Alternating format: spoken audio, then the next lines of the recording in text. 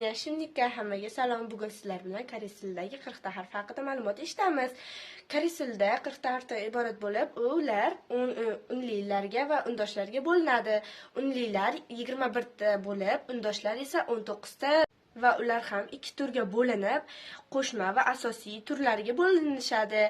Qo'shma bu ular ikkita asosiy harflardan iborat bo'lib, ularni bir-biriga ulab diftonlar hosil qilishadi. Misol uchun, o'zbek tilidagi sh, ch, n harflarini hisobga olsak bo'ladi. Hozir sizlar bilan unli harflarni qanday yozilishi va o'qilishi haqida ma'lumot beriladi.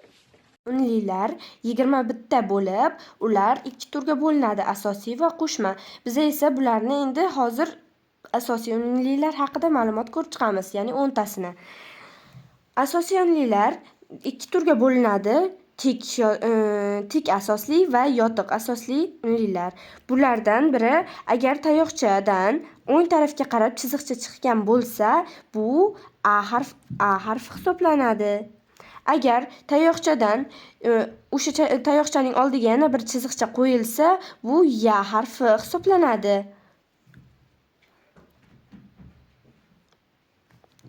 Agar tayoqcha shunchaki chap tarafdan chiqqan bo'lsa, u O harfi hisoblanadi. Agar uning oldidan yana bitta chiziqcha chiqsa, u Yo harfi hisoblanadi.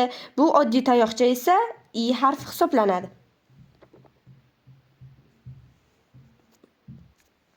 Agarda bu yotiq asosli unlilarga qarasak, agar tayoqcha bitta tushsa, bu O harfi hisoblanadi. O'zbek tilidagi O harfi O emas, O deb o'qiladi. Agar uning oldida yana bitta chiziqcha chiqsa, Yo harfi hisoblanadi.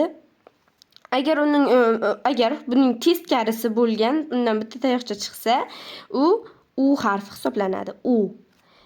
Agar uning oldida yana bir tayoqcha chiqsa, unda Yu harfi hisoblanadi. Va bitta oddiy pastki chiziqcha I harfi hisoblanadi. Bu rus tilidagi I harfi. E'tibor bergan bo'lsangizlar, ular oddiy harflarning oldidan bitta qo'shimcha tayoqcha chiqqani bilan yo, ya, yu harflari paydo bo'lyapti. Yana aytsam, asosiy unlilar va oddiy unlilar bir o'zlari kelishmaydi. Ularning oldida axranik bo'lib n harfi keladi. Lekin axranik bo'lib kelganida ham u n harfi o'qilmaydi.